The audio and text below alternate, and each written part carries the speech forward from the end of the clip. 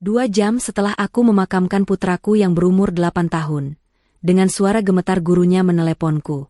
Bu, saya menemukan sesuatu yang harus ibu lihat. Datang ke sekolah dan temui saya di kantor sekarang juga. Jangan beritahu keluargamu dan siapapun. Ini berbahaya. Dan saat aku tiba, sosok yang berdiri di depan pintu membuatku gemetar. Aku tak menyangka karena sosok itu adalah. Sebelum ceritanya dimulai, silahkan tulis di kolom komentar dari daerah mana saja teman-teman yang menonton cerita ini. Jangan lupa like dan subscribe agar channel ini bisa semakin berkembang dan bisa mempersembahkan cerita yang lebih menarik lagi. 2 jam setelah aku memakamkan putraku yang berumur 8 tahun, rumah terasa seperti neraka yang dingin. Wangi bunga melati dan sedap malam masih menyengat hidung, bercampur dengan aroma tanah basah yang menempel di ujung gamis hitamku. Orang-orang masih berlalu lalang di ruang tamu, membisikkan kata-kata belasungkawa yang terdengar kosong di telingaku. Mereka bilang aku harus ikhlas. Mereka bilang Kava sudah tenang di surga. Namun, tidak ada satupun dari kata-kata itu yang mampu meredakan rasa sakit yang mencabik-cabik dadaku. Kava baru berusia 8 tahun. Dia anak yang sehat, ceria, dan penuh energi. Dokter bilang itu serangan jantung mendadak, sebuah anomali medis yang langka. Aku tidak percaya, tapi aku tidak punya tenaga untuk membantah. Aku duduk di sudut kamar, menatap kosong ke arah bingkai foto Kava yang tersenyum lebar sambil memegang piala lomba lari. Di luar, suamiku, Dimas, sedang menyalami para tamu. Wajahnya sembab, matanya merah, dan bahunya turun seolah menanggung beban dunia. Semua orang memuji ketabahan Dimas. Mereka bilang dia adalah suami dan ayah yang luar biasa, yang tetap tegar demi istrinya yang hancur lebur. Aku melihatnya dari celah pintu kamar yang sedikit terbuka. Dimas menerima pelukan dari Pak Rahayu, ketua yayasan tempat Kava bersekolah. Pak Rahayu menepuk punggung Dimas dengan keras, memberikan dukungan moral layaknya seorang bapak kepada anaknya. Pemandangan itu seharusnya membuatku terharu. Tapi entah mengapa, ada sesuatu yang membuat perutku mual. Ponselku bergetar di atas kasur, memecah lamunan panjangku. Layarnya menyala, menampilkan nama Ibu Rani, guru wali kelas Kava. Aku mengernyitkan dahi. Kenapa gurunya menelepon di saat seperti ini? Bukankah dia tadi sudah datang ke pemakaman? Dengan tangan gemetar, aku menggeser tombol hijau dan menempelkan ponsel ke telinga. Suara di seberang sana terdengar sangat pelan, nyaris seperti bisikan yang tercekik oleh ketakutan. Ibu Rani terdengar panik, napasnya memburu seolah dia sedang bersembunyi di dalam lemari sempit. Ibu Rani memintaku untuk mendengarkan baik-baik. Dia berkata bahwa dia menemukan sesuatu yang harus aku lihat dengan mata kepalaku sendiri. Sesuatu yang tertinggal di laci meja Kava. Suaranya bergetar hebat saat dia memintaku untuk datang ke sekolah sekarang juga, dan menemuinya di kantor guru. Dia menekankan satu hal yang membuat darahku berdesir dingin. Dia melarangku memberitahu siapapun, termasuk keluargaku sendiri. Dia bilang ini berbahaya. Jantungku berdegup kencang, lebih cepat dari sebelumnya. Rasa duka yang melumpuhkan tiba-tiba berganti menjadi kewaspadaan. Ada nada mendesak dalam suara Ibu Rani yang tidak bisa aku abaikan. Ini bukan sekadar panggilan tentang barang tertinggal. Ini tentang Kava. Naluri seorang ibu yang baru saja kehilangan anaknya seketika mengambil alih. Aku menghapus air mata di pipi dengan kasar. Aku harus pergi ke sana. Aku harus tahu apa yang dimaksud dengan berbahaya. Aku keluar dari kamar dengan langkah gontai yang kubuat-buat. Aku menghampiri Dimas yang masih berbincang dengan Pak Rahayu di teras depan. Aku berbisik pelan kepada Dimas, mengatakan bahwa kepalaku sakit sekali dan aku butuh obat migrain yang tertinggal di mobil. Sekaligus ingin mencari udara segar sebentar ke minimarket depan kompleks. Dimas menatapku dengan tatapan sendu yang begitu meyakinkan. Dia menawarkan diri untuk membelikannya, tapi aku menolak halus. Aku bilang aku butuh waktu sendiri barang 15 menit. Pak Rahayu tersenyum tipis, menyarankan agar aku tidak pergi terlalu lama, karena angin malam tidak baik untuk kondisi fisikku yang sedang lemah. Aku mengangguk hormat, lalu bergegas menuju mobilku yang terparkir di ujung jalan. Jalanan menuju sekolah Kava terasa sangat panjang malam itu. Hujan rintik-rintik mulai turun, membuat aspal berkilau memantulkan cahaya lampu jalan yang remang-remang. Pikiranku berkecamuk. Apa yang ditemukan Ibu Rani? Mengapa dia begitu ketakutan? Dan mengapa dia melarangku memberitahu Dimas? Selama ini, Dimas adalah ayah yang sempurna bagi Kava. Tidak mungkin Dimas ada hubungannya dengan bahaya yang dimaksud Ibu Rani. Namun, keraguan itu mulai tumbuh, merayap perlahan seperti akar tanaman liar di dinding hatiku.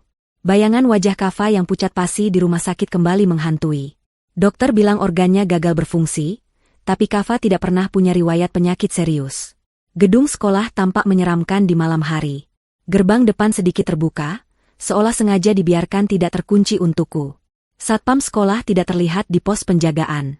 Mungkin sedang berkeliling atau memang tidak ada jadwal jaga malam ini, karena sekolah sedang libur berkabung untuk Kava. Aku memarkir mobil agak jauh, di bawah pohon beringin besar yang menutupi pandangan dari jalan raya. Aku tidak ingin ada yang melihat mobilku di sana.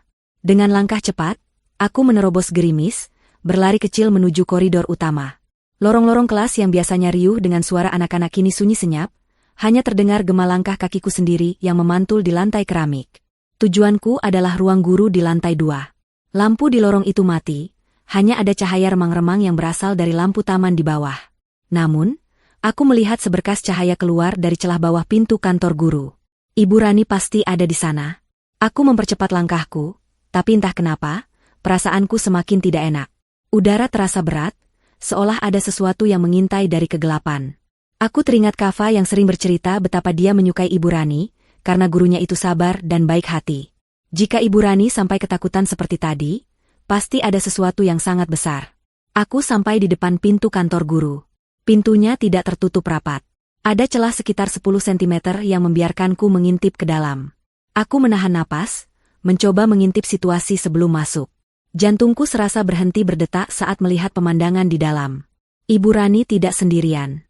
Dia berdiri terpojok di sudut ruangan, di dekat lemari arsip. Wajahnya pucat pasi, matanya terbelalak lebar, dan tubuhnya gemetar hebat. Kedua tangannya terangkat seolah memohon ampun. Di depannya, berdiri sesosok pria membelakangiku. Pria itu mengenakan kemeja hitam yang sangat aku kenali. Postur tubuhnya, gaya berdirinya, bahkan aroma parfum yang samar-samar tercium sampai keluar pintu, semuanya begitu familiar. Pria itu sedang memegang sebuah benda kecil berwarna hitam, mungkin sebuah diska lepas, dan dia berbicara dengan nada rendah yang penuh ancaman. Suaranya dingin, tajam, dan tidak memiliki sedikitpun kehangatan. Suara itu berbeda 180 derajat dari suara lembut yang biasa aku dengar di rumah. Aku mendorong pintu perlahan, membuat engselnya berderit pelan. Pria itu berbalik badan dengan gerakan cepat dan waspada. Saat wajahnya terkena cahaya lampu neon ruangan, lututku lemas seketika. Aku harus berpegangan pada kusen pintu agar tidak jatuh ke lantai. Sosok yang berdiri di depan pintu, yang membuat Ibu Rani ketakutan setengah mati, adalah Dimas. Suamiku sendiri. Ayah dari anakku yang baru saja kami makamkan 2 jam lalu. Dimas menatapku. Tidak ada keterkejutan di wajahnya, hanya tatapan datar yang mengerikan sebelum perlahan berubah menjadi ekspresi sedih yang dipaksakan. Matanya yang tadi berkilat tajam kini meredup, mencoba memanipulasi situasi. Di tangannya, dia menggenggam erat benda kecil itu. Aku menatapnya, lalu beralih menatap Ibu Rani yang kini menangis tanpa suara. Otakku berusaha mencerna apa yang sedang terjadi. Dimas seharusnya ada di rumah, menerima tamu, berduka bersamaku. Kenapa dia ada di sini? Kenapa dia mengancam guru anak kami? Dan apa isi benda kecil di tangannya itu? Pertanyaan-pertanyaan itu berputar di kepalaku, tapi lidahku keluh. Aku hanya bisa berdiri terpaku, gemetar, menyadari bahwa mimpi burukku baru saja dimulai. Keheningan di ruang guru itu terasa mencekik. Hanya suara dengungan mesin pendingin ruangan dan isak tangis tertahan dari Ibu Rani yang mengisi udara. Dimas memecah keheningan itu dengan langkah tenang mendekatiku. Wajahnya yang tadi dingin kini telah berubah total menjadi wajah seorang suami yang rapuh dan penuh duka. Dia merentangkan tangannya, seolah ingin memelukku. Dimas berkata dengan suara parau, bahwa dia tidak menyangka aku akan menyusulnya ke sini. Dia beralasan bahwa dia tidak sanggup berada di rumah, karena terlalu banyak kenangan tentang Kava. Dia bilang dia datang ke sekolah untuk mengambil barang-barang Kava yang tertinggal di laci meja, karena dia ingin menyimpannya sebagai kenang-kenangan sebelum pihak sekolah membersihkan kelas besok pagi. Alasannya terdengar begitu masuk akal, begitu menyentuh hati, jika saja aku tidak melihat tatapan matanya beberapa detik yang lalu. Jika saja aku tidak melihat bagaimana Ibu Rani terpojok ketakutan di sudut ruangan. Aku menatap Ibu Rani, mencari konfirmasi. Wanita itu tampak sangat ketakutan. Matanya bergerak gelisah antara aku dan Dimas. Saat Dimas menoleh sekilas ke arahnya dengan tatapan tajam yang tersembunyi, Ibu Rani langsung mengangguk cepat, membenarkan ucapan Dimas. Ibu Rani berkata dengan suara bergetar, bahwa Pak Dimas memang datang untuk mengambil barang-barang Kava dan mereka sedang membicarakan betapa baiknya Kava semasa hidup. Aku tahu itu bohong. Aku bisa melihat keringat dingin mengalir di pelipis Ibu Rani. Aku bisa melihat tangannya yang meremas ujung roknya hingga memutih. Dia sedang diancam. Dimas merangkul bahuku erat, terlalu erat hingga terasa menyakitkan. Dia mengajakku pulang, mengatakan bahwa tidak baik bagi kami berlama-lama di tempat yang memicu kesedihan ini. Dia mengambil sebuah kotak kardus kecil dari atas meja, yang katanya berisi buku gambar dan alat tulis Kava. Dengan gerakan yang sangat halus, Dimas memasukkan benda kecil berwarna hitam yang tadi dipegangnya ke dalam saku celananya.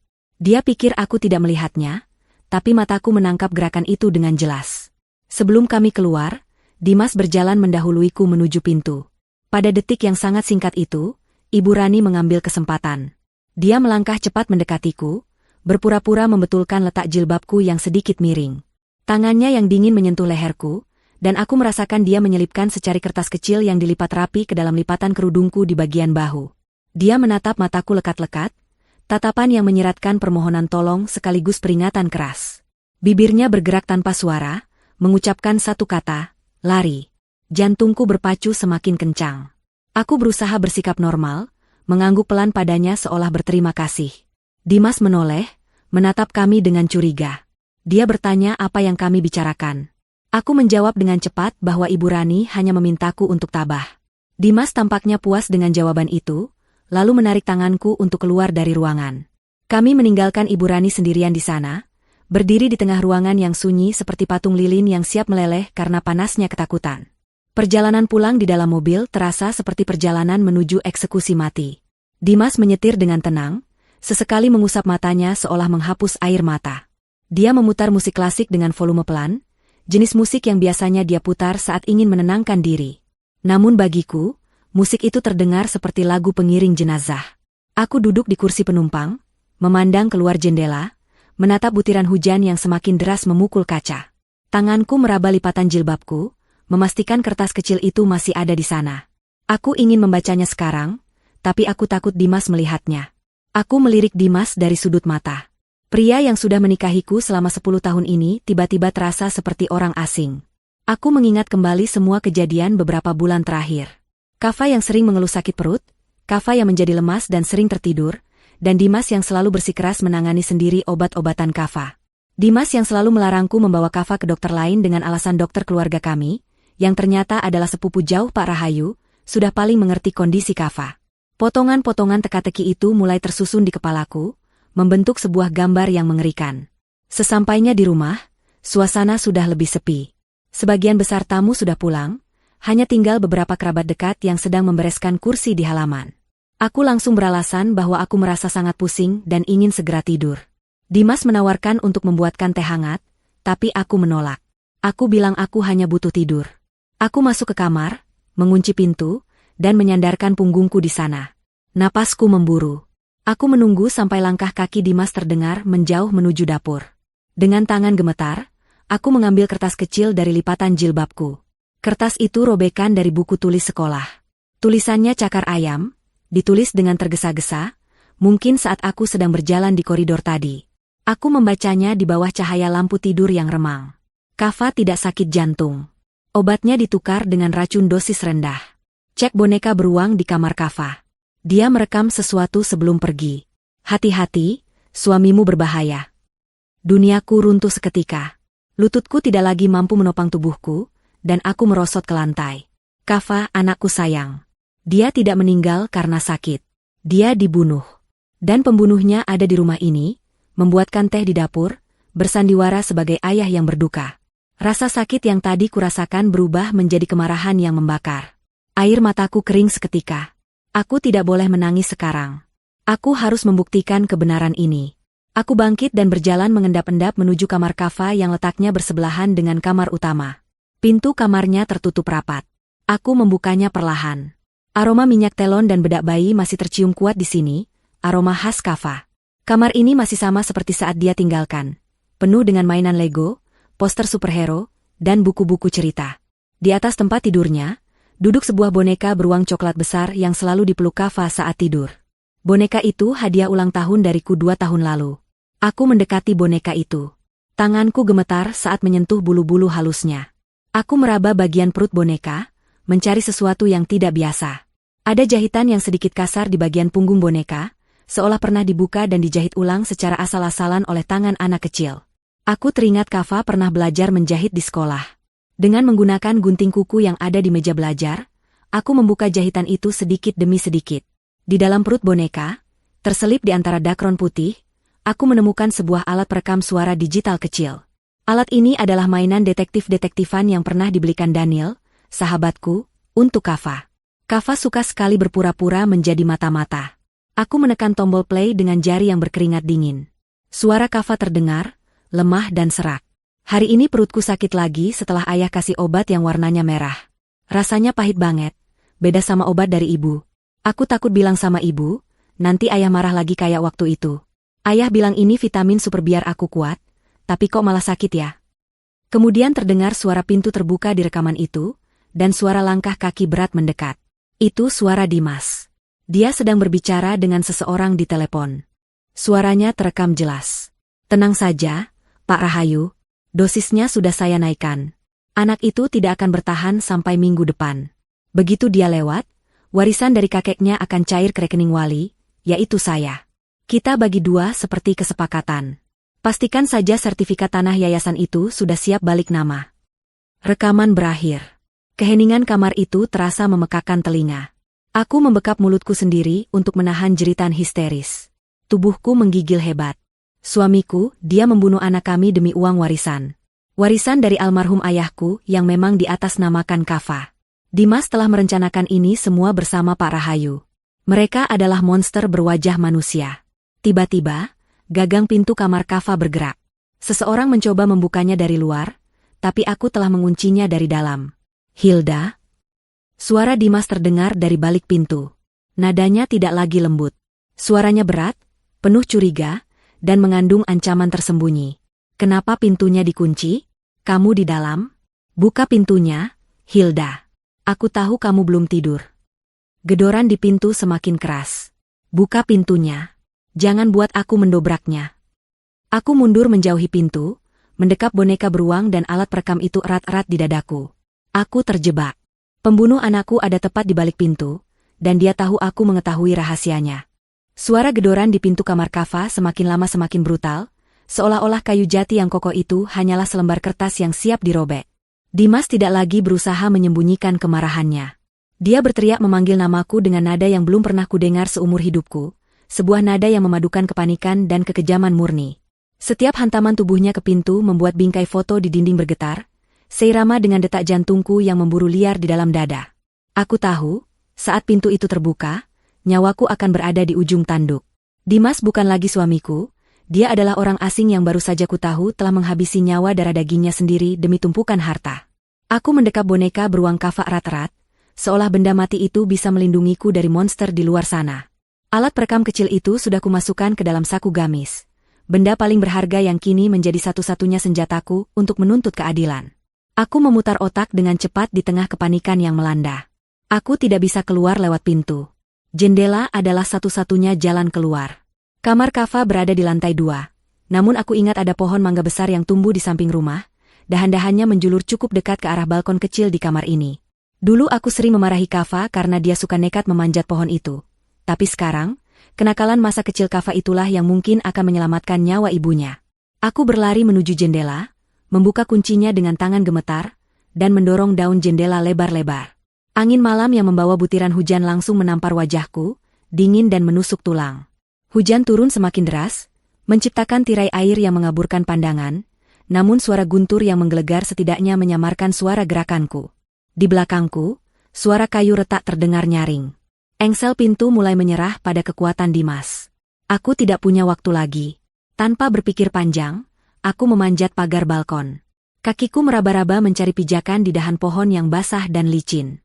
Rasa takut akan ketinggian yang biasanya menghantuiku lenyap seketika, digantikan oleh insting bertahan hidup yang jauh lebih purba.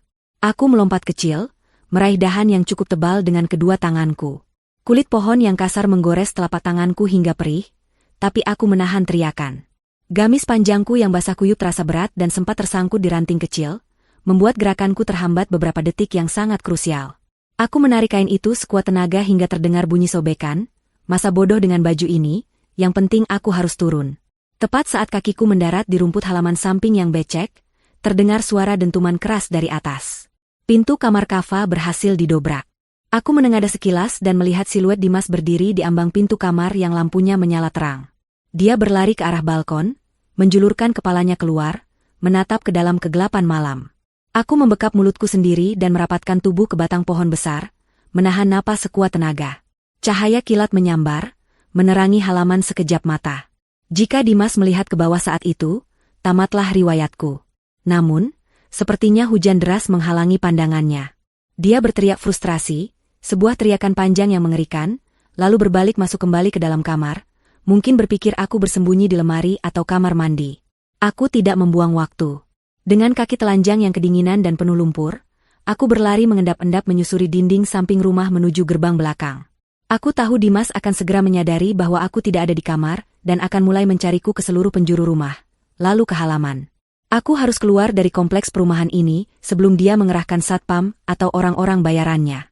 Pak Rahayu punya banyak koneksi, dan aku tidak tahu siapa yang bisa dipercaya di lingkungan ini. Setiap bayangan pohon terlihat seperti musuh yang mengintai. Napasku tersengal-sengal, bercampur dengan isak tangis yang kutahan mati-matian. Bayangan wajah Kava yang tersenyum memberiku kekuatan supranatural untuk terus berlari menembus hujan, meninggalkan rumah yang seharusnya menjadi tempat paling aman, namun kini berubah menjadi sarang pembunuh. Aku berhasil keluar lewat pintu kecil di pagar belakang yang biasanya digunakan tukang kebun. Jalanan di belakang kompleks sepi dan gelap. Aku terus berlari tanpa menoleh, menuju jalan raya utama yang berjarak sekitar 2 kilometer. Ponselku yang basah kuyup di saku bergetar, tapi aku tidak berani mengangkatnya. Itu pasti Dimas. Aku terus berlari sampai paru-paruku terasa mau meledak. Di depan sebuah ruko yang sudah tutup, di bawah cahaya lampu jalan yang remang, aku berhenti untuk mengatur napas. Tanganku yang gemetar meraih ponsel. Ada 10 panggilan tak terjawab dari Dimas. Aku mengabaikannya dan mencari satu nama di daftar kontak, Daniel. Daniel adalah sahabatku sejak SMA, satu-satunya orang yang kusadari bisa kupercaya saat ini. Dia seorang jurnalis investigasi yang keras kepala, dan sering berurusan dengan kasus-kasus pelik. Aku menekan tombol panggil, berdoa dalam hati agar dia belum tidur. Nada sambung terdengar 2 kali, lalu suara berat Daniel yang serak menjawab. Aku tidak sanggup berkata banyak. Dengan suara tercekat dan bercampur tangis, aku hanya bisa berbisik, Daniel, tolong aku. Dimas membunuh Kava. Aku lari. Jemput aku di dekat pom bensin jalan raya sekarang. Jangan tanya apa-apa dulu, cepatlah. Aku mematikan sambungan telepon bahkan sebelum Daniel sempat bertanya. Lalu mematikan ponselku sepenuhnya agar posisiku tidak bisa dilacak lewat GPS. Aku berjongkok di sudut gelap ruko, memeluk lutut, menunggu dalam ketakutan yang mencekam, berharap Daniel datang sebelum Dimas menemukanku. 15 menit terasa seperti 15 tahun. Setiap sorot lampu mobil yang lewat membuat jantungku berhenti berdetak. Takut jika itu adalah mobil SUV hitam milik Dimas. Namun, akhirnya sebuah sedan tua berwarna abu-abu menepi perlahan di depanku. Kaca jendelanya turun, menampilkan wajah cemas Daniel. Tanpa babeibu, aku langsung melompat masuk ke kursi penumpang depan dan mengunci pintu. Daniel menatapku dengan mata terbelalak. Penampilanku pasti sangat mengerikan. Basah kuyup, penuh lumpur, jilbab berantakan, dan wajah pucat pasi seperti mayat hidup. Daniel tidak banyak bertanya, dia langsung menginjak gas, membawa mobil menjauh dari area perumahanku dengan kecepatan tinggi. Dia tahu dari tatapan mataku bahwa situasi ini bukan sekadar pertengkaran rumah tangga biasa.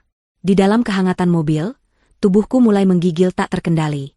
Bukan hanya karena dingin, tapi karena adrenalin yang mulai surut, meninggalkan rasa lelah dan trauma yang mendalam. Daniel memberikan jaketnya yang ada di jok belakang untukku.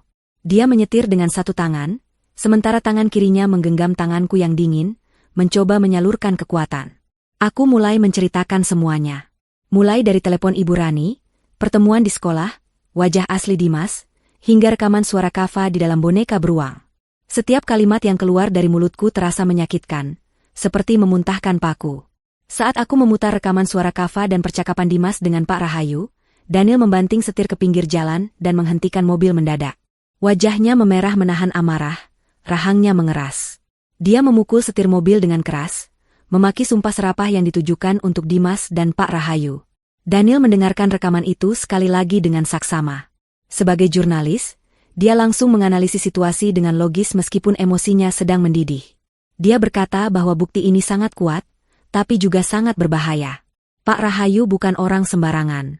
Dia punya pengaruh besar di kota ini, bahkan mungkin punya kenalan di kepolisian tingkat atas. Jika kami gegabah melapor ke polsek setempat, bukti ini bisa hilang, atau lebih buruk lagi, kami yang akan dibungkam sebelum sempat bersaksi. Daniel memutuskan untuk membawaku ke rumah aman, sebuah apartemen kecil milik mendiang pamannya di pinggiran kota yang tidak diketahui siapapun, termasuk keluarganya sendiri.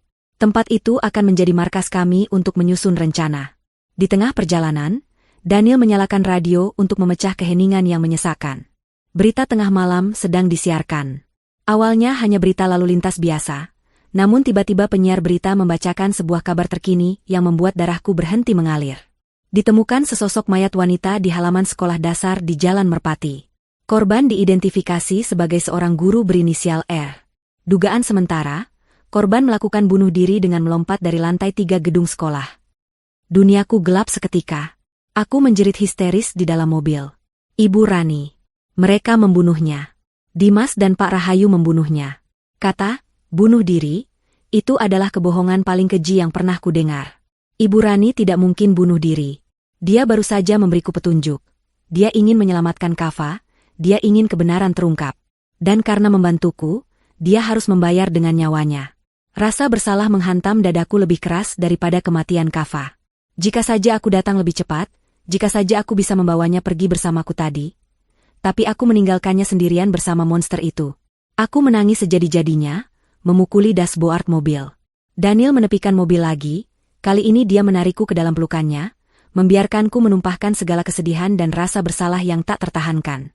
Namun, di tengah tangisan itu, sesuatu dalam diriku berubah. Rasa sedih yang tadinya melumpuhkan perlahan mengeras menjadi sesuatu yang dingin dan tajam. Air mataku berhenti mengalir. Aku melepaskan pelukan Daniel dan menatap lurus ke jalanan gelap di depan. Aku ingat tatapan terakhir Ibu Rani, tatapan yang memintaku untuk lari dan berjuang. Kematiannya tidak boleh sia-sia. Kematian Kava tidak boleh sia-sia. Mereka pikir mereka bisa membersihkan semua jejak dengan membunuh saksi dan memalsukan berita. Mereka salah besar. Mereka menyisakan satu orang, aku. Seorang ibu yang sudah tidak punya apa-apa lagi untuk ditakutkan, karena dia sudah kehilangan segalanya. Aku menoleh ke arah Daniel dengan tatapan yang baru. Tatapan seorang wanita yang siap membakar dunia demi keadilan. Aku berkata pada Daniel dengan suara tenang yang menakutkan, mereka harus bayar, Daniel. Bukan dengan penjara, itu terlalu mudah. Aku ingin menghancurkan hidup mereka sampai ke akar-akarnya. Seperti mereka menghancurkan hidupku. Aku ingin mereka merasakan ketakutan yang dirasakan Kava dan Ibu Rani. Daniel menatapku, melihat perubahan drastis itu. Dia mengangguk pelan, menyetujui sumpah bisu di antara kami. Kami tidak akan lapor polisi malam ini. Kami akan bermain dengan cara mereka. Kami butuh bukti fisik. Rekaman suara saja bisa disangkal di pengadilan sebagai rekayasa digital. Apalagi dengan pengacara mahal yang bisa disewa Pak Rahayu. Kami butuh botol racun itu.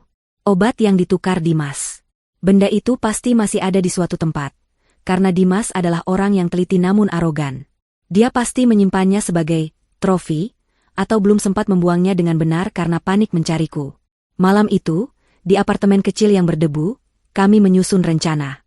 Aku tidak lagi merasa sebagai korban. Aku adalah pemburu sekarang.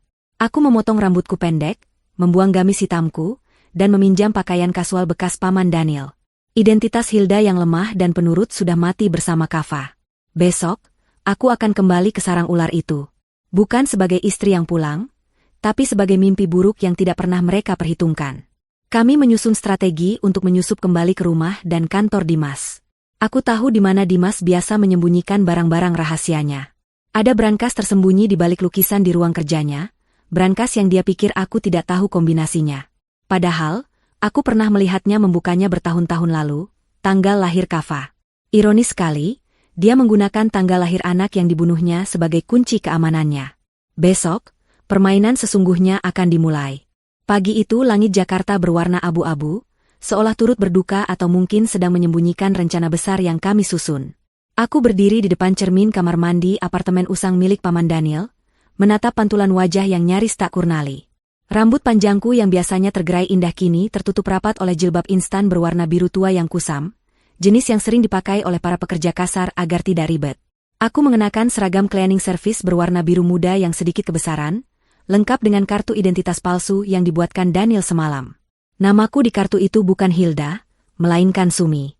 Wajahku yang pucat kupoles dengan sedikit bedak yang warnanya tidak rata dan kacamata berbingkai tebal, yang membuat mataku terlihat lebih kecil. Hilda yang rapuh, istri penurut dari seorang pengusaha sukses, sudah mati malam itu bersama putranya. Kini yang berdiri adalah seorang ibu yang tidak memiliki apa-apa lagi selain dendam yang membara di dada. Daniel memarkirkan mobilnya 2 blok dari gedung perkantoran milik Pak Rahayu, tempat di mana Dimas bekerja sebagai direktur operasional. Rencana kami sederhana namun berisiko tinggi. Setiap hari Jumat, biasanya ada pergantian tim kebersihan dari vendor luar untuk melakukan pembersihan menyeluruh sebelum akhir pekan. Daniel berhasil meretas sistem jadwal mereka dan memasukkan nama samaranku ke dalam daftar hadir. Tugasku adalah masuk ke dalam, menuju lantai eksekutif yang aksesnya terbatas, dan mencari bukti fisik racun itu di brankas kantor Dimas. Kami berasumsi Dimas memindahkan barang bukti ke sana, karena rumah kami sudah tidak aman setelah aku melarikan diri. Dimas pasti berpikir aku akan kembali ke rumah untuk mencari bukti. Jadi kantor adalah tempat persembunyian yang paling logis menurut jalan pikirannya yang licik. Aku berjalan menunduk, menyeret troli berisi peralatan pel dan ember, membaur dengan petugas kebersihan lainnya yang masuk lewat pintu belakang. Jantungku berdegup kencang setiap kali berpapasan dengan satpam, takut jika mereka mengenali istri bos mereka. Namun, ternyata orang-orang seperti Dimas dan Pak Rahayu tidak pernah benar-benar melihat orang kecil seperti cleaning service. Bagi mereka, kami hanyalah bayangan yang membersihkan kotoran mereka, tidak memiliki wajah, tidak memiliki identitas. Aku berhasil lolos dari pemeriksaan keamanan dengan mudah. Lift barang membawaku naik ke lantai 12, lantai di mana kantor Dimas berada. Lorong lantai itu sepi dan dingin, dilapisi karpet tebal yang meredam suara langkah kaki. Aroma pengharum ruangan beraroma lavender tercium samar, aroma yang sama yang selalu menempel di baju kerja Dimas. Rasa mual seketika menyergap perutku, mengingatkanku pada kemunafikan laki-laki itu. Aku mendorong troli menuju pintu ganda bertuliskan, Direktur Operasional. Pintu itu terkunci, tapi Daniel sudah membekaliku dengan kartu akses duplikat yang dia salin datanya dari kartu milik salah satu staf kepercayaan Dimas yang sering ceroboh menaruh barang. Lampu indikator berubah hijau, dan pintu terbuka dengan bunyi klik pelan. Ruangan itu luas, mewah, dan dingin. Foto keluarga kami, aku, Dimas, dan Kava, masih terpajang besar di dinding belakang meja kerjanya. Melihat wajah Kava yang tersenyum di foto itu membuat dadaku sesak. Dimas memasang foto itu bukan karena cinta, tapi sebagai topeng untuk membangun citra family man yang sempurna di depan kolega bisnisnya. Di balik lukisan abstrak di dinding sebelah kiri, aku tahu ada brankas tersembunyi. Dengan tangan gemetar namun cekatan, aku menurunkan lukisan itu dan menemukan panel brankas digital. Aku menarik napas panjang, mencoba menenangkan diri. Kombinasinya adalah tanggal lahir Kava. Aku menekan angka-angka itu, 050317. Lampu hijau menyala. Pintu brankas terbuka. Jantungku berpacu penuh berharap menemukan botol obat itu. Namun, saat aku melongok ke dalam, brankas itu kosong dari botol obat. Hanya ada tumpukan dokumen sertifikat tanah, beberapa gepok uang tunai, dan paspor ganda milik Dimas. Kecewa menghantamku, tapi aku tidak boleh menyerah.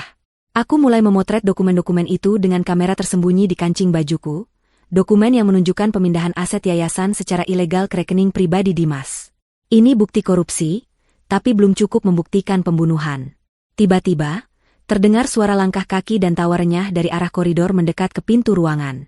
Panik menyergapku. Aku segera menutup brankas, menggantung kembali lukisan dengan miring karena terburu-buru, dan menyambar kain lap. Aku merunduk di balik sofa besar di sudut ruangan, berpura-pura sedang membersihkan debu di kaki meja, tepat saat pintu terbuka. Dimas masuk, diikuti oleh seorang wanita muda berpenampilan modis. Itu Bella, sekretaris pribadinya. Aku menahan napas, berusaha mengecilkan tubuhku di balik bayang-bayang sofa.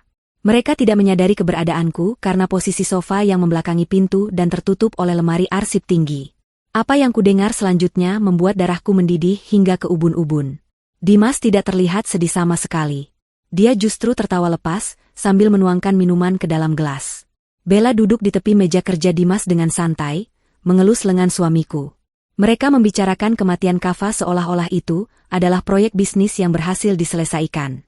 Bella memuji Dimas yang berhasil berakting sempurna saat pemakaman. Dia berkata bahwa tangisan Dimas sangat meyakinkan sampai-sampai Pak Rahayu pun terkesan. Dimas tertawa bangga, mengatakan bahwa menyingkirkan beban kecil itu adalah langkah terbaik untuk masa depan mereka. Dia menyebut Kava sebagai Anak penyakitan yang hanya menghabiskan uang, dan penghalang utama untuk mencairkan dana warisan ayahku yang nilainya miliaran. Tanganku mengepal erat hingga kuku-kuku menancap ke telapak tangan, menimbulkan rasa perih yang menjagaku tetap sadar agar tidak melompat keluar dan mencekik mereka berdua saat itu juga. Aku ingin berteriak. Aku ingin mencabik wajah mereka, tapi aku tahu aku akan kalah jika menggunakan kekerasan fisik. Aku menekan tombol rekam di alat penyadap kecil yang kubawa di saku celana. Setiap kata keji yang keluar dari mulut mereka terekam dengan jernih. Mereka merencanakan liburan ke Eropa bulan depan, setelah situasi mereda dan uang warisan cair. Mereka bahkan menertawakan kebodohanku yang melarikan diri, menganggapku sebagai istri gila yang akan segera ditemukan mayatnya di selokan karena depresi. Tenang saja, sayang, kata Dimas sambil mengecup kening Bella, suara yang dulu selalu membuatku merasa aman kini terdengar seperti desis ular berbisa. Hilda itu lemah. Tanpa aku, dia tidak bisa apa-apa. Kalaupun dia lapor polisi, siapa yang akan percaya? Pak Rahayu sudah mengatur semuanya. Polisi, dokter forensik, semuanya ada di kantong kita. Botol racun itu juga sudah kubuang ke tempat pembakaran sampah medis pagi ini. Tidak ada jejak. Kita menang. Mendengar itu, harapanku untuk menemukan botol racun musnah, tapi aku mendapatkan sesuatu yang lebih berharga. Pengakuan lisan yang angkuh dan rencana mereka yang melibatkan banyak pihak. Saat mereka beranjak keluar untuk makan siang, aku menunggu 10 menit di dalam persembunyianku dengan air mata amarah yang mengalir diam-diam. Setelah yakin mereka pergi, aku keluar dari ruangan itu dengan membawa dendam yang lebih besar. Sebelum pergi, aku meninggalkan satu pesan kecil. Aku mengambil mainan mobil-mobilan kecil milik Kava yang selalu kubawa di saku sejak semalam, dan meletakkannya tepat di tengah meja kerja Dimas, di atas tumpukan berkas yang rapi. Biar dia tahu bahwa hantu masa lalunya telah kembali. Kami kembali ke markas kecil dengan membawa rekaman suara yang menghancurkan hati namun sangat krusial. Daniel mendengarkan rekaman percakapan Dimas dan Bella dengan wajah merah padam.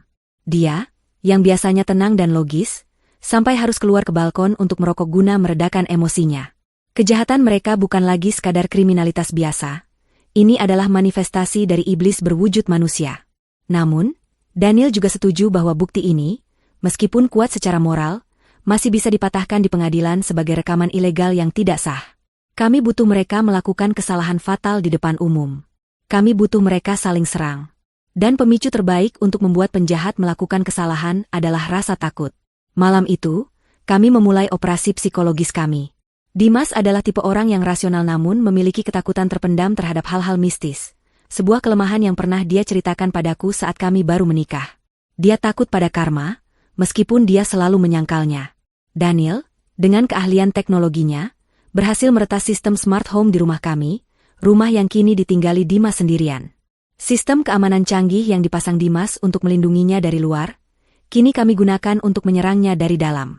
Kami bisa mengontrol lampu, suhu ruangan, hingga sistem audio di seluruh penjuru rumah dari laptop Daniel. Teror dimulai tepat pukul 12 malam. Melalui kamera CCTV ruang tamu yang kami sadap, aku melihat Dimas sedang duduk minum alkohol. Terlihat gelisah. Mungkin dia baru saja menemukan mobil-mobilan Kava di meja kantornya tadi siang.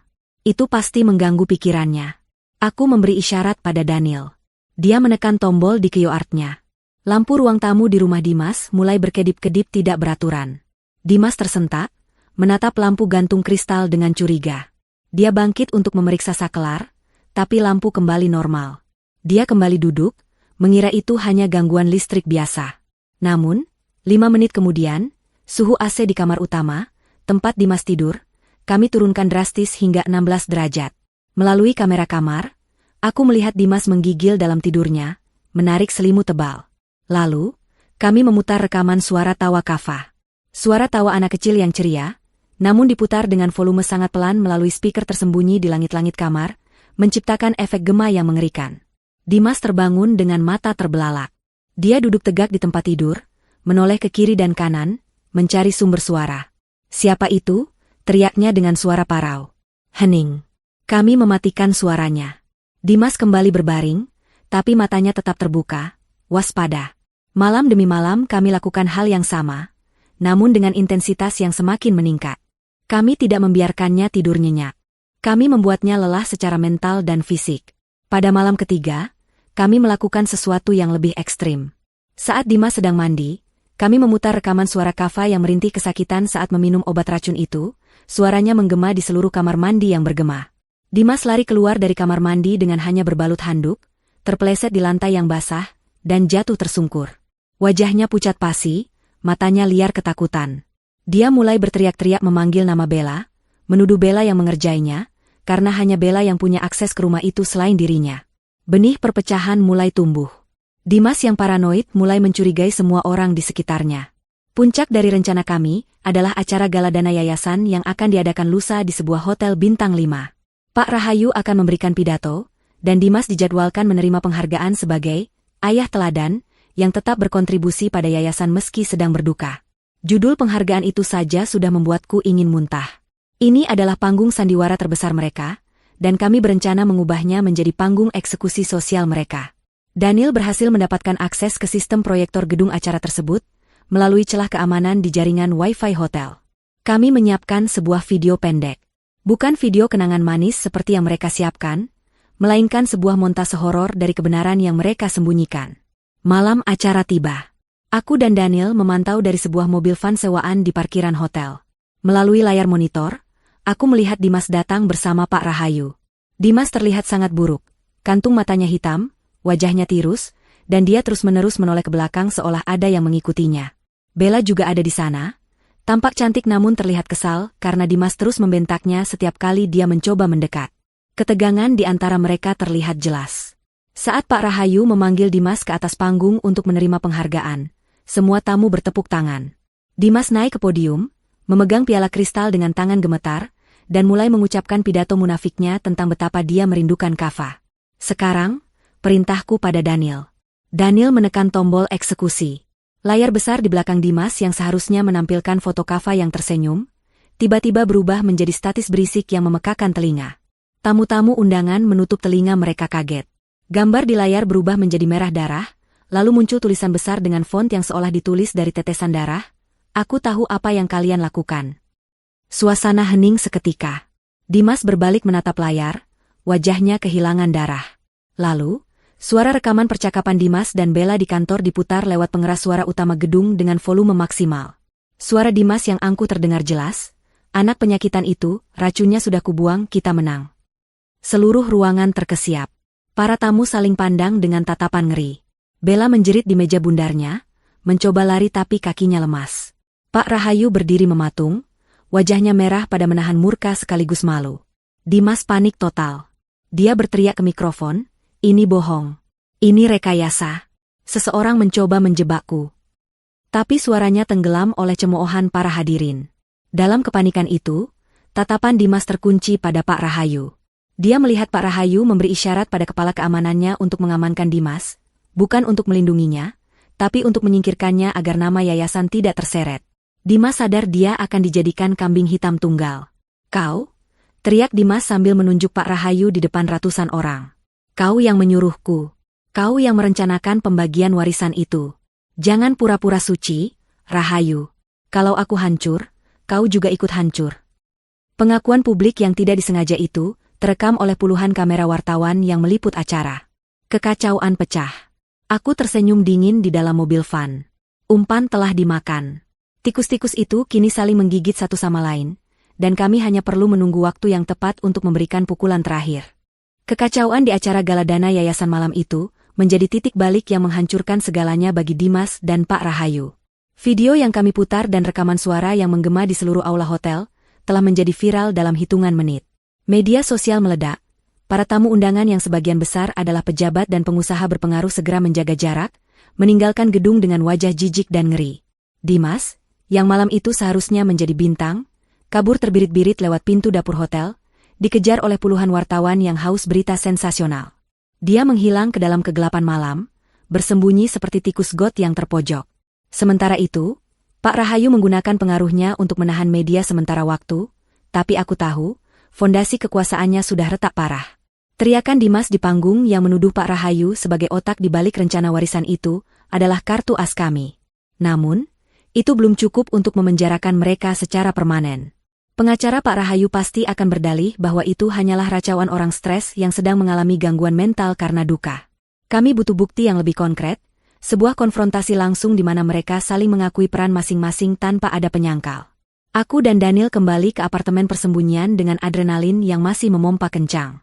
Kami tidak merayakan keberhasilan kecil ini, karena kami tahu binatang buas akan menjadi paling berbahaya saat dia terluka. Dimas sekarang adalah buronan sosial, meski belum resmi menjadi buronan polisi karena surat penangkapan belum keluar. Dia pasti sedang bersembunyi, panik, dan yang paling penting, dia pasti merasa dikhianati oleh Pak Rahayu yang membiarkan keamanannya menyeret Dimas turun panggung. Celah inilah yang akan kami manfaatkan. Kami akan mengadu domba mereka hingga mereka saling membunuh karakter satu sama lain, atau bahkan saling membunuh secara fisik. Daniel menyiapkan 2 ponsel sekali pakai burner phone yang tidak bisa dilacak. Kami akan memainkan peran sebagai dalang di balik layar, menggerakkan boneka-boneka yang sudah putus asanya. Pesan pertama kami kirimkan kepada Pak Rahayu. Kami berpura-pura menjadi Dimas. Pesan itu berisi ancaman dingin, aku punya salinan dokumen asli pengalihan aset yayasan yang Bapak tanda tangani. Jika Bapak tidak membantuku keluar dari kota ini malam ini juga dan mentransfer bagianku, dokumen itu akan sampai di meja kejaksaan besok pagi. Temui aku di gudang logistik lama milik yayasan di pelabuhan jam 2 dini hari. Datang sendiri, atau kita hancur bersama. Daniel mengetik pesan itu dengan sangat hati-hati, meniru gaya bahasa Dimas yang sedikit arogan namun terdesak. Kami tahu Pak Rahayu adalah orang yang paranoid. Dia tidak akan mengambil risiko dokumen itu bocor, apalagi setelah insiden di hotel tadi. Dia pasti akan datang, bukan untuk bernegosiasi, tapi untuk membereskan masalah, yaitu melenyapkan Dimas. Pesan kedua kami kirimkan kepada Dimas. Kali ini, kami berpura-pura menjadi orang kepercayaan Pak Rahayu. Isinya manipulatif, Pak Rahayu ingin berdamai. Situasi di hotel di luar kendali, tapi Bapak punya rencana untuk menyelamatkanmu. Dia sudah menyiapkan kapal untuk membawamu ke Singapura malam ini juga. Bawa semua bukti yang kau miliki untuk dimusnahkan bersama. Temui di gudang logistik pelabuhan jam 2 dini hari. Jangan terlambat, polisi mulai bergerak. Dimas, yang saat ini pasti sedang ketakutan dan bingung di suatu tempat, akan melihat ini sebagai satu-satunya tiket kebebasannya. Dia tidak punya pilihan lain selain percaya. Umpan telah ditebar, dan kedua predator itu sedang bergerak menuju satu titik yang sama. Perangkap kami. Jam 1 dini hari, hujan deras kembali mengguyur kota, seolah alam semesta mendukung suasana kelam yang sedang kami bangun. Aku dan Daniel sudah berada di lokasi lebih dulu. Gudang logistik lama itu adalah bangunan raksasa yang sudah terbengkalai, terletak di pinggiran pelabuhan yang sepi. Bau amis laut bercampur dengan bau karat besi memenuhi udara. Kami menyelinap masuk melalui jendela ventilasi yang rusak di lantai 2. Dari posisi ini, kami bisa melihat ke seluruh area lantai dasar gudang yang luas dan kosong, hanya diterangi oleh beberapa lampu jalan dari luar yang menembus celah-celah dinding seng yang bolong. Daniel memasang beberapa kamera tersembunyi di titik-titik strategis, dan menyambungkannya ke siaran langsung pribadi yang terhubung ke server kepolisian. Ya, kali ini kami melibatkan polisi. Daniel sudah menghubungi kenalannya di reserse kriminal, memberikan bukti awal rekaman suara dan memberitahu bahwa transaksi besar akan terjadi di gudang ini malam ini. Polisi sedang dalam perjalanan untuk mengepung tempat ini, tapi kami butuh waktu agar Dimas dan Rahayu berbicara dulu sebelum sirene polisi meraung. Tepat pukul 2:10, sebuah mobil sedan hitam masuk ke area gudang. Lampu depannya menyorot debu-debu yang beterbangan. Pintu mobil terbuka, dan keluarlah Pak Rahayu. Dia tidak sendirian, 2 orang berbadan tegap yang sepertinya pengawal pribadinya ikut turun. Namun Pak Rahayu memberi isyarat agar mereka menunggu di luar. Dia masuk ke dalam gudang sendirian, memegang sebuah tas koper kecil, tangan kanannya selalu berada di balik jasnya, di mana aku yakin dia menyembunyikan senjata api. Wajah orang tua itu terlihat keras. Rahangnya mengatup rapat menahan amarah. Dia berdiri di tengah gudang, melihat jam tangannya dengan tidak sabar. 5 menit kemudian, pintu gudang kembali berderit. Dimas muncul dari kegelapan. Penampilannya sangat berantakan. Kemeja mahalnya kusut dan kotor, rambutnya acak-acakan, dan matanya liar bergerak ke segala arah. Dia terlihat seperti orang gila. Dimas berjalan mendekati Pak Rahayu dengan langkah ragu-ragu namun penuh harap. Dia mengira Pak Rahayu benar-benar akan menyelamatkannya. "Mana kapalnya?" tanya Dimas dengan suara parau, suaranya memantul di dinding-dinding gudang yang kosong. "Kau janji akan membawaku pergi dari sini." Pak Rahayu tertawa, sebuah tawa kering yang meremehkan. "Kapal? Kau pikir setelah apa yang kau lakukan di hotel tadi, aku akan membiarkanmu hidup? Dimas? Kau mempermalukanku. Kau menyeret nama baik yayasan ke dalam lumpur. Kau itu liabilitas. Beban." Dimas terbelalak. Dia mundur selangkah, menyadari bahwa dia telah dijebak. Tapi pesan itu, kau bilang kau mau berdamai. Aku tidak pernah mengirim pesan apapun. Bodoh, bentak Pak Rahayu. Kau yang mengancamku akan membocorkan dokumen yayasan. Mana dokumennya? Serahkan padaku sekarang, dan mungkin aku akan mempertimbangkan untuk membiarkan mayatmu ditemukan utuh. Dimas menggeleng bingung, lalu kemarahannya meledak. Dia sadar ada pihak ketiga yang bermain, tapi kebenciannya pada Pak Rahayu sudah menutupi logika. Kau mau membunuhku? Seperti kita membunuh Kava? Silakan. Tapi asal kau tahu, aku sudah merekam semua percakapan kita selama ini. Kalau aku mati, rekaman itu otomatis terkirim ke media. Dimas berbohong, aku tahu dia tidak punya rekaman itu, tapi dia sedang menggertak untuk bertahan hidup. Wajah Pak Rahayu memerah. Kurang ajar. Kau yang meracuni anak itu. Kau yang menuangkan obat itu ke mulutnya setiap malam. Jangan bawa-bawa aku. Aku hanya menyuruhmu mengurus masalah warisan, bukan membunuh darah dagingmu sendiri. Jangan munafik, teriak Dimas, suaranya melengking tinggi. Kau yang mengenalkan aku pada pemasok racun itu. Kau yang bilang dosisnya harus dinaikkan supaya prosesnya cepat. Kau butuh uang itu untuk menutupi hutang judimu, Pak Tua. Kita sama-sama iblis di sini. Aku merekam semuanya dari atas. Tanganku gemetar bukan karena takut, tapi karena kepuasan yang mengerikan. Mereka saling mengakui semuanya. Setiap detail pembunuhan Kava, motif uang, keterlibatan pihak lain, semuanya terucap jelas dari mulut mereka sendiri. Tidak ada lagi yang bisa disangkal. Ini adalah vonis mati bagi mereka berdua. Daniel di sampingku memberi kode jempol, sinyal bahwa polisi di luar sudah mendengar semuanya lewat penyadapan audio yang kami pasang. Tiba-tiba, Pak Rahayu mencabut pistol dari balik jasnya dan mengarahkannya ke kepala Dimas. Cukup bicaranya. Selamat tinggal, menantuku yang tidak berguna.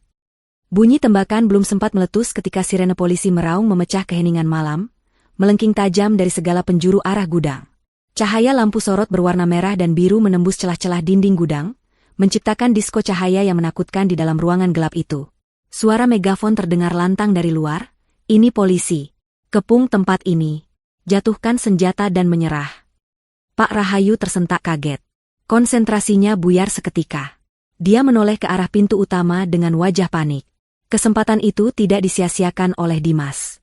Dengan insting bertahan hidup yang liar, Dimas menerjang tubuh tua Pak Rahayu. Mereka berdua jatuh berguling di lantai beton yang berdebu. Pistol di tangan Pak Rahayu terlempar jauh ke sudut ruangan. Terjadi pergumulan sengit antara kedua penjahat itu. Dimas yang lebih muda dan lebih kuat, meski dalam kondisi mental yang hancur, berhasil memukul wajah Pak Rahayu berkali-kali hingga orang tua itu pingsan tak berdaya. Namun, Dimas tidak berhenti di situ. Dia tidak berniat menyerah pada polisi. Matanya yang liar mencari jalan keluar. Dia melihat pintu belakang gudang yang sedikit terbuka.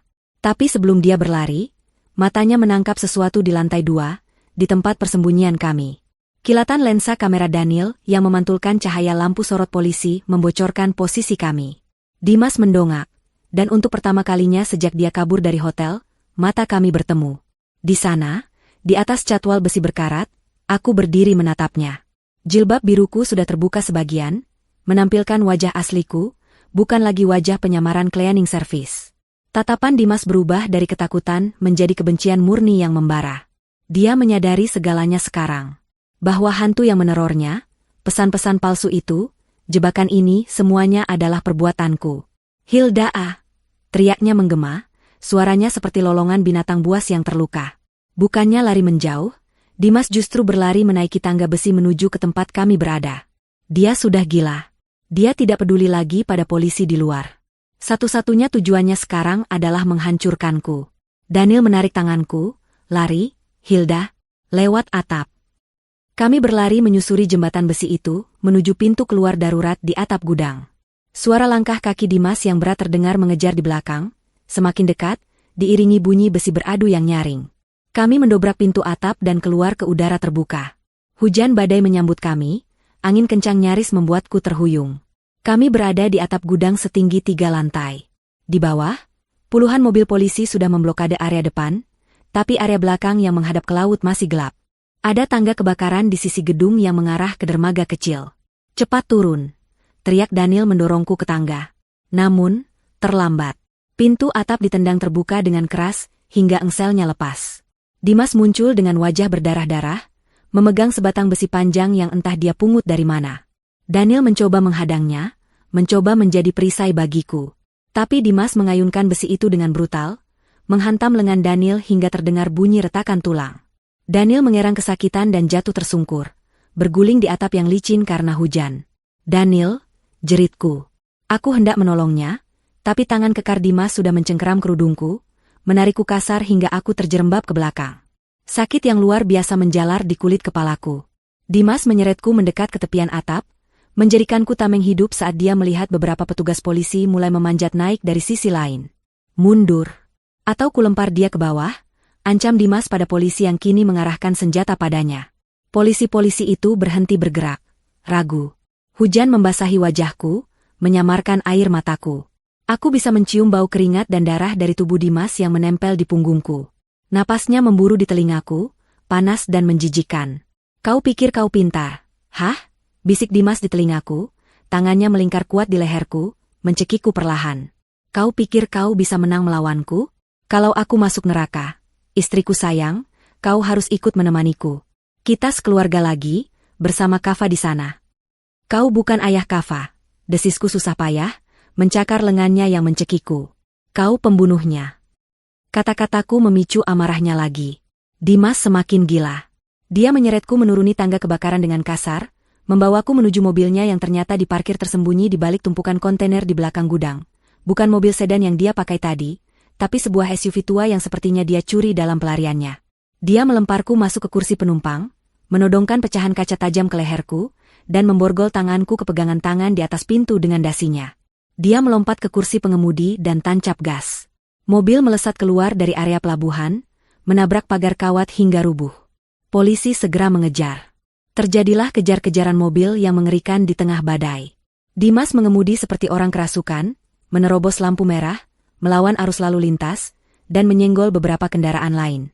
Sirene polisi meraung-raung di belakang kami bagaikan paduan suara kematian. Tubuhku terlempar ke kiri dan ke kanan, kepalaku membentur kaca jendela berkali-kali. "Hentikan, Dimas. Kau tidak akan lolos," teriakku. "Diam," bentaknya sambil memukul setir. "Aku tidak akan kembali miskin. Aku tidak akan membusuk di penjara. Kita akan pergi jauh, Hilda.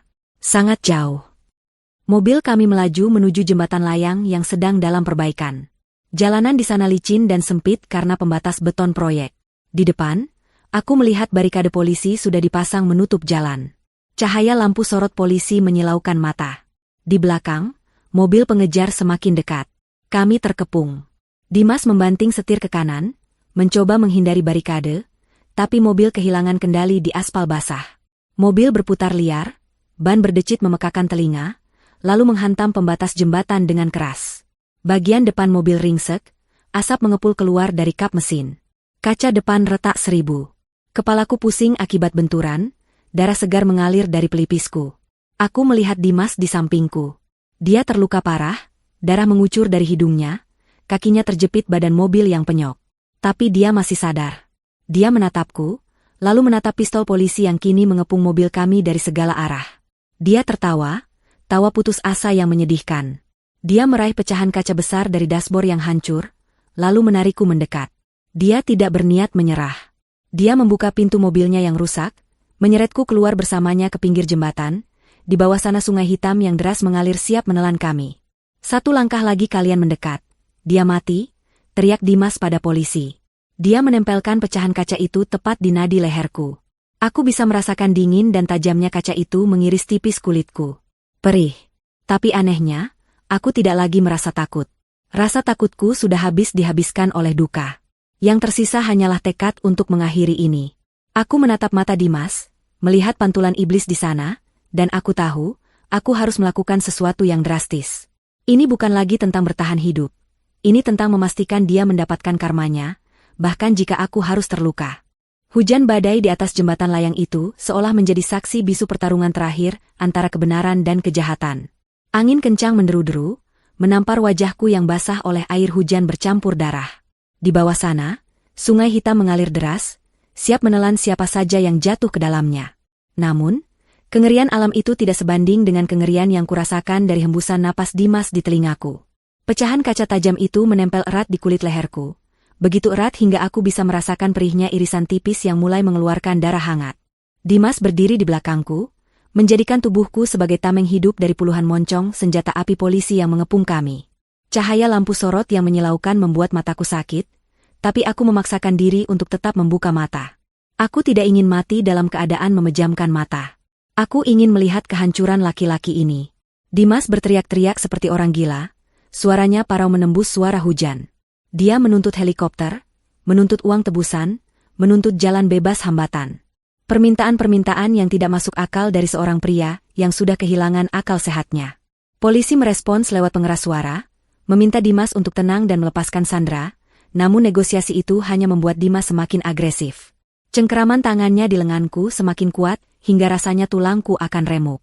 Aku bisa merasakan detak jantungnya yang memburu di punggungku, detak jantung seorang pengecut yang takut menghadapi konsekuensi perbuatannya. Di momen genting itu, rasa takut yang sedari tadi melumpuhkanku perlahan menguap, digantikan oleh ketenangan yang aneh. Aku teringat wajah Kava yang pucat di dalam peti mati.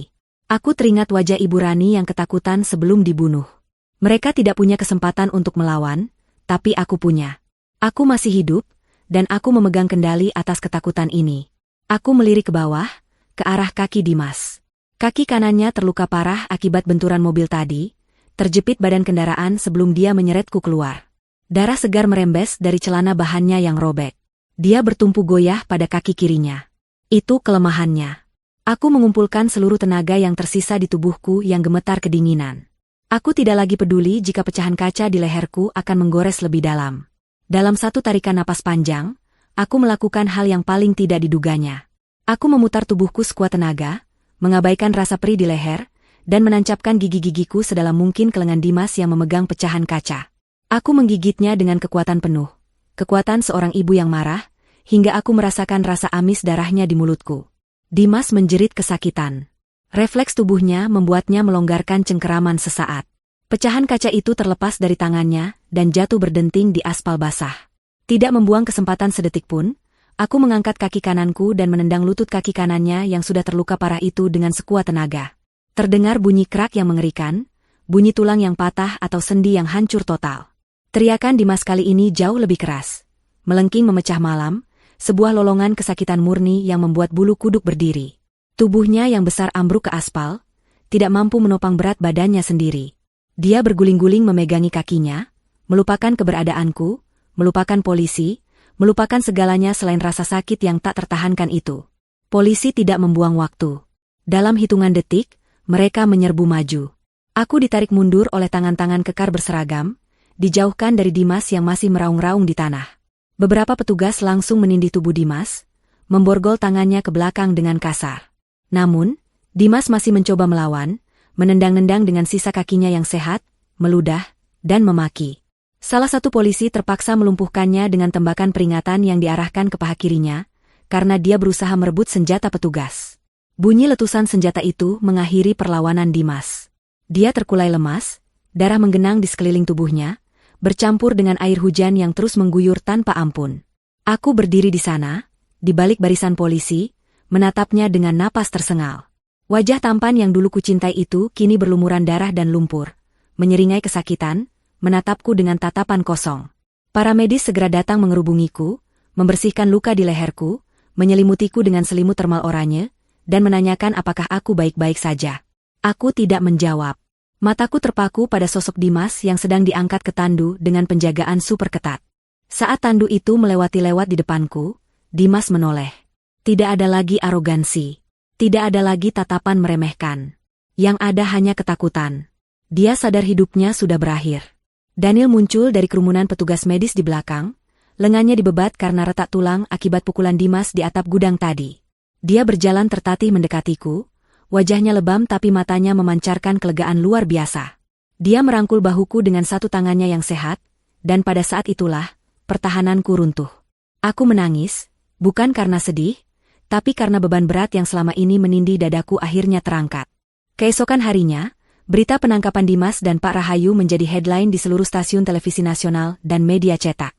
Wajah mereka terpampang jelas sebagai dalang pembunuhan berencana dan korupsi yayasan. Namun, hukuman penjara hanyalah awal dari karma mereka. Alam semesta bekerja dengan cara yang misterius dan menyakitkan untuk menyeimbangkan neraca keadilan. Dimas dilarikan ke rumah sakit Polri dengan kondisi kaki kanan yang hancur parah. Dokter mengatakan bahwa infeksi dari luka terbukanya yang terkena air kotor jalanan dan serpihan besi mobil telah menyebar dengan sangat cepat, menyebabkan gangren. Jaringan kakinya membusuk dalam hitungan jam, seolah tubuhnya sendiri menolak keberadaannya.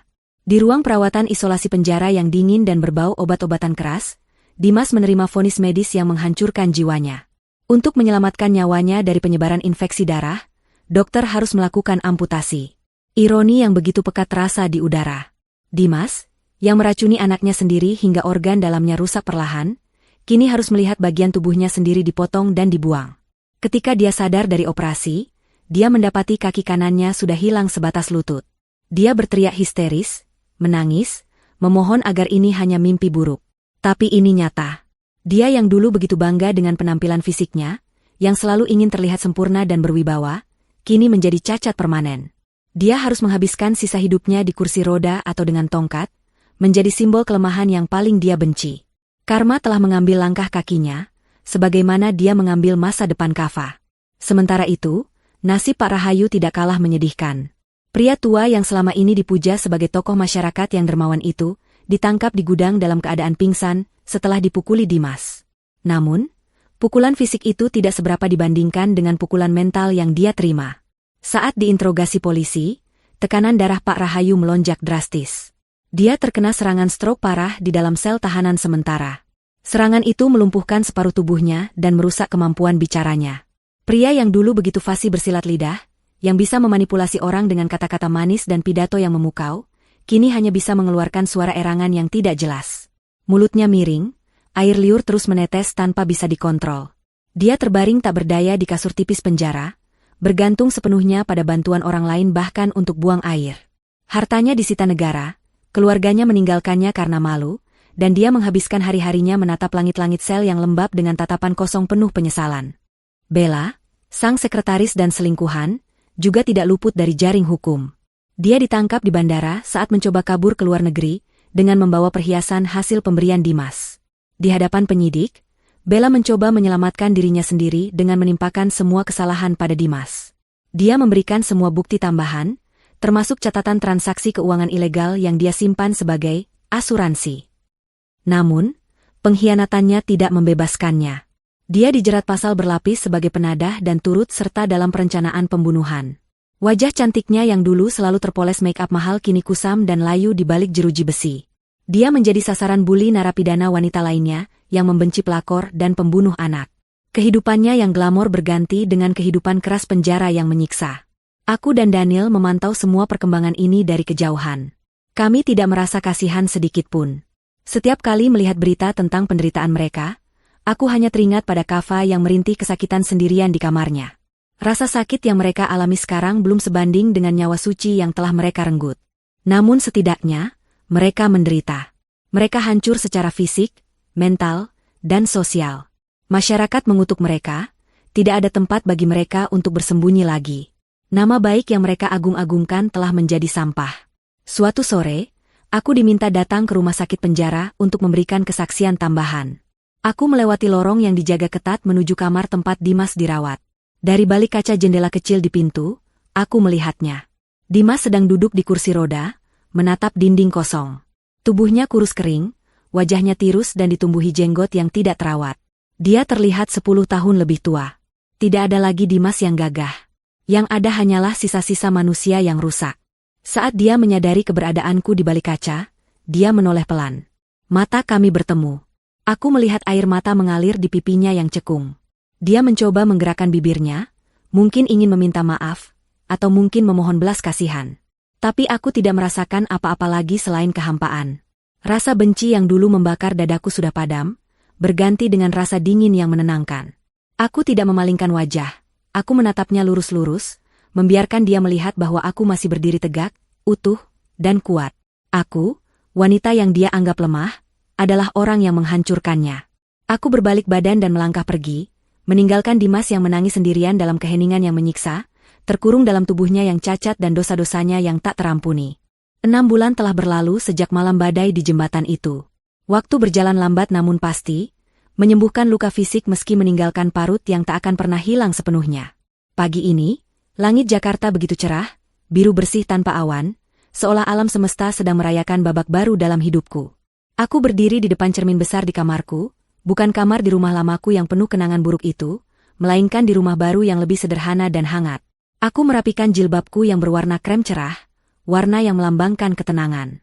Wajah di cermin itu bukan lagi wajah Hilda yang ketakutan dan sembab oleh air mata. Itu adalah wajah seorang wanita yang telah berjalan melewati neraka dan keluar sebagai pemenang. Ada garis ketegasan di rahangku, ada sinar ketabahan di mataku. Hari ini adalah hari pembacaan vonis akhir. Gedung pengadilan dipenuhi oleh wartawan, aktivis perlindungan anak, dan masyarakat yang mengikuti kasus ini sejak awal. Ruang sidang terasa sesak dan panas, namun aku merasa dingin dan tenang. Daniel duduk di sampingku, mengenakan kemeja batik rapi. Lengannya sudah sembuh total, dan dia kembali menjadi sosok sahabat yang bisa diandalkan. Dia menggenggam tanganku erat saat majelis hakim memasuki ruangan. Ketukan palu hakim membuka sidang yang sangat dinanti-nantikan ini. Dimas didorong masuk dengan kursi roda. Dia menunduk dalam-dalam, tidak berani menatap ke arah pengunjung sidang yang mencemoohnya. Pak Rahayu tidak bisa hadir karena kondisi kesehatannya yang semakin memburuk, sehingga dia diwakili oleh pengacaranya, namun proses hukum tetap berjalan untuknya. Bella duduk di kursi terdakwa lain dengan wajah pucat pasi, terus-menerus menggigit bibirnya hingga berdarah. Jaksa penuntut umum membacakan tuntutan dengan suara lantang yang menggelegar, menguraikan kembali kekejian yang mereka lakukan. Perencanaan pembunuhan terhadap anak di bawah umur, pemalsuan dokumen, korupsi, hingga penghilangan nyawa saksi kunci, Ibu Rani. Hakim Ketua, seorang wanita parubaya dengan tatapan tajam dan bijaksana, mulai membacakan putusannya. Ruangan seketika hening, seolah semua orang menahan napas secara bersamaan. Kata demi kata meluncur dari mulut hakim, menusuk jantung para terdakwa. Dimas, terbukti secara sah dan meyakinkan melakukan pembunuhan berencana terhadap anak kandungnya sendiri dengan motif penguasaan harta. Mengingat tidak ada hal yang meringankan dan perbuatannya tergolong sangat sadis serta mencederai hati nurani kemanusiaan, hakim menjatuhkan vonis maksimal, hukuman mati. Ruang sidang meledak dengan seruan syukur. Alhamdulillah, teriak beberapa orang di belakang. Dimas tersentak di kursi rodanya. Tubuhnya gemetar hebat, dan untuk pertama kalinya aku mendengarnya meraung menangis dengan suara keras, suara penyesalan yang terlambat. Dia mencengkeram pegangan kursi rodanya seolah ingin lari, tapi dia tidak bisa kemana-mana. Vonis mati adalah akhir dari perjalanannya. Pak Rahayu divonis penjara seumur hidup tanpa kemungkinan remisi, sebuah hukuman yang lebih kejam baginya, karena dia harus membusuk di dalam sel dengan tubuh yang lumpuh sampai ajal menjemput. Bella divonis 20 tahun penjara. Keadilan telah ditegakkan. Palu diketuk 3 kali, menutup lembaran kelam masa laluku secara hukum. Setelah sidang selesai, aku tidak langsung pulang. Ada satu misi terakhir yang harus kuselesaikan untuk benar-benar menutup buku ini. Seluruh aset Dimas dan Pak Rahayu yang disita negara, serta uang warisan ayahku yang menjadi sumber malapetaka ini, berhasil kuselamatkan melalui perjuangan hukum Daniel. Aku tidak ingin menggunakan sepeser pun uang itu untuk kepentingan pribadiku. Uang itu berlumuran darah Kava. Aku ingin membersihkannya. Kami pergi menuju sebuah bangunan tua di pinggiran kota yang baru saja selesai direnovasi. Di atas pintu gerbangnya, terpasang papan nama yang indah dengan tulisan berwarna-warni, Rumah Kava, Yayasan Perlindungan dan Pendidikan Anak. Ya, aku menggunakan seluruh uang warisan itu untuk membangun panti asuhan dan rumah aman bagi anak-anak korban kekerasan dalam rumah tangga. Tempat ini akan menjadi surga bagi mereka yang senasib dengan Kava, tempat di mana mereka akan dilindungi, dicintai, dan didengarkan. Aku berjalan menyusuri lorong panti yang dicat dengan warna-warna cerah. Suara tawa anak-anak terdengar riuh dari arah taman bermain di belakang. Aku melihat anak-anak berlarian mengejar bola, bermain ayunan, dan bernyanyi. Pemandangan itu membuat hatiku hangat.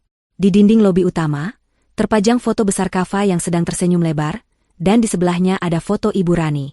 Aku juga menyisihkan sebagian dana untuk merenovasi sekolah tempat Ibu Rani mengajar dulu, membangun perpustakaan baru yang diberi nama Perpustakaan Rani, agar namanya selalu dikenang sebagai pahlawan pendidikan, bukan korban pembunuhan. Sore harinya, saat matahari mulai condong ke barat dan memancarkan cahaya keemasan yang syahdu, aku dan Daniel pergi ke pemakaman umum. Makam Kava dan Ibu Rani letaknya berdampingan, di bawah naungan pohon Kamboja yang rindang. Rumput di atas makam mereka sudah tumbuh hijau subur. Bertabur bunga-bunga segar yang dibawa oleh orang-orang yang bersimpati. Aku berjongkok di samping nisan Kava, mengusap namanya yang terukir di batu marmer hitam. Tidak ada lagi air mata kesedihan yang menyesakkan. Yang ada hanya rasa rindu yang damai. Ibu sudah selesaikan semuanya. Nak, bisikku pelan pada nisan itu. Mereka sudah dihukum. Uang Kava sudah ibu pakai untuk bantu teman-teman Kava yang lain. Kava tidak perlu sakit lagi sekarang. Kava bisa main sepuasnya di surga. Angin sore berhembus lembut, menggoyangkan dedaunan pohon Kamboja, hingga beberapa kelopak bunga putih jatuh perlahan ke atas pangkuanku. Suasana di pemakaman itu begitu hening dan sakral.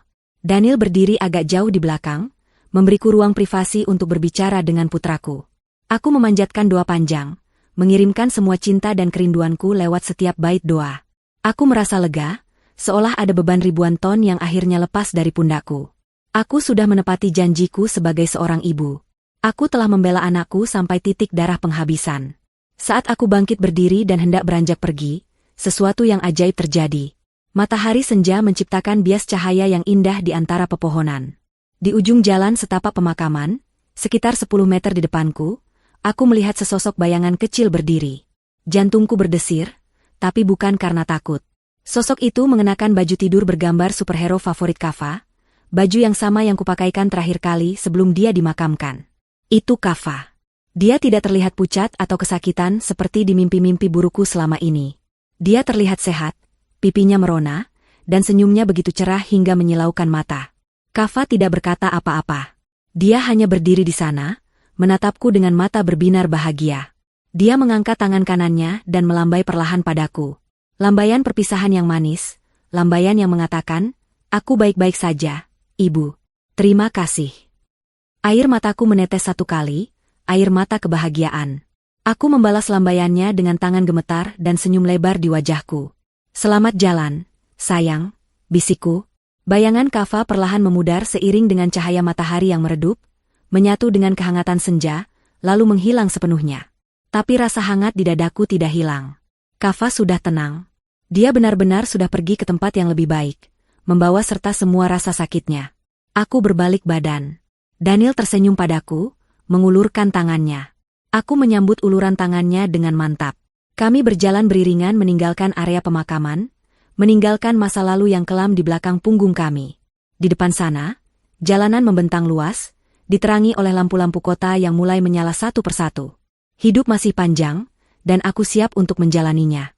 Aku bukan lagi sekadar korban atau ibu yang berduka. Aku adalah Hilda, wanita yang selamat dari badai, pendiri rumah Kava, dan pembela anak-anak yang tak bersuara. Fajar baru telah menyingsing, dan aku melangkah menyambutnya dengan kepala tegak.